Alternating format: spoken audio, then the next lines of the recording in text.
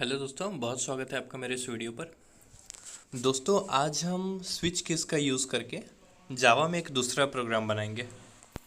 आज हम प्रोग्राम बनाएंगे डेज ऑफ वीक का।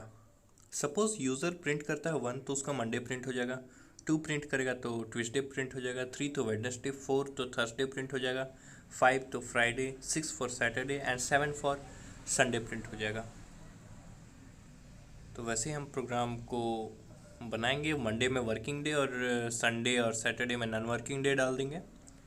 तो चलिए, ये हमारा एक्लिप्स खुल चुका है। क्लास बना लेते हैं स्विच केस 2, ये क्योंकि स्विच केस का हमारा दूसरा प्रोग्राम है। तो चलिए दोस्तों, स्विच केस का हेल्प से हम जावा में ये प्रोग्राम बनाते हैं। कौन सा हमारा वर्किंग डे है, कौन सा नहीं है, तो चलिए समझते हैं इस प्रोग्राम को। एक हम डे वेरिएबल बना लेंगे जो कि हमारा इंट टाइप का है।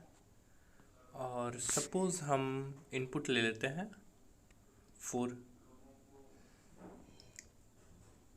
हमने डे का वैल्यू 4 ले लिया सिंपल वर्ड में, और स्विच करा लेंगे अपना डे को जो हम वेरिएबल बनाए हैं। और डे हमारा ब्रैकेट के अंदर रहेगा, फिर एक करली ब्रैकेट जिसके अंदर हमारा सारा केस मेंशन रहेगा। तो सबसे पहला केस हमारा केस 1 ले लेते हैं। अगर यूज़र ने ये इनपुट 1 लिया है तो ये केस रन कर जाएगा। तो केस 1 अगर रन करेगा तो आउटपुट क्या प्रिंट होगा? अगर डे का वैल्यू 1 है तो आउटपुट हमारा प्रिंट हो जाएगा। क्योंकि मंडे एक वर्किंग डे है तो हम प्रिंट करा लेंगे वर्किंग डे मंडे।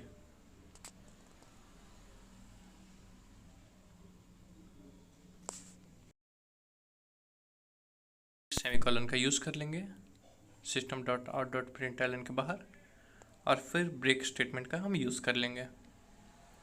सेम हम केस 2 भी बना लेते हैं। अगर यूज़र ने इनपुट वर्ड 2 लिया है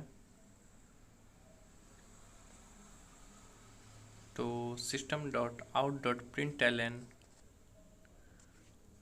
अगर उस सिस्टम ने वैल्यू 2 लिया है, डे का वैल्यू 2 है, तो केस 2 रन करेगा। और अगर केस 2 रन करेगा तो आउटपुट क्या प्रिंट हो जाएगा? क्योंकि ट्यूसडे भी एक वर्किंग डे है तो working day Tuesday, working day Tuesday.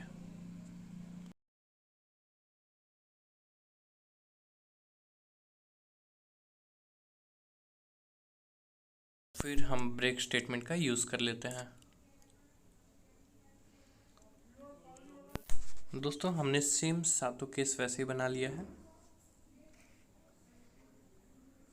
और हमारा डे का वैल्यू 4 है तो चलिए इसको रन करा के देखते हैं तो कौन सा केस हमारा रन करेगा। केस 4 हमारा रन कर गया है। तो चलिए दोस्तों, देखते हुए ये प्रोग्राम रन कैसे किया। सबसे पहले हमारा केस 1 चेक होगा। तो क्या हमारा डे का वैल्यू 1 है? नहीं, तो केस 1 रन नहीं करेगा।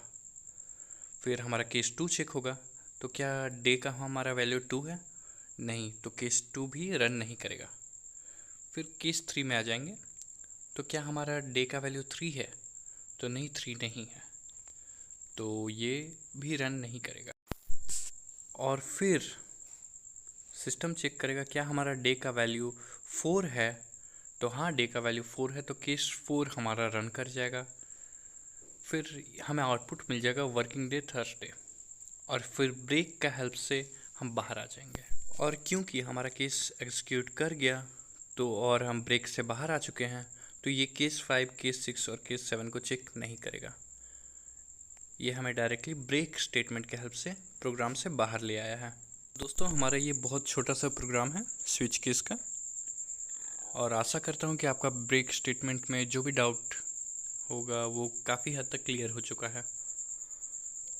अगले प्रोग्राम में हम देखेंगे, जैसे यहाँ इनपुट हमने खुद से लिया है, अब अगला प्रोग्राम में यूज़र देगा इनपुट, तो वो कैसे होता है वो हम जानेंगे अगले प्रोग्राम में।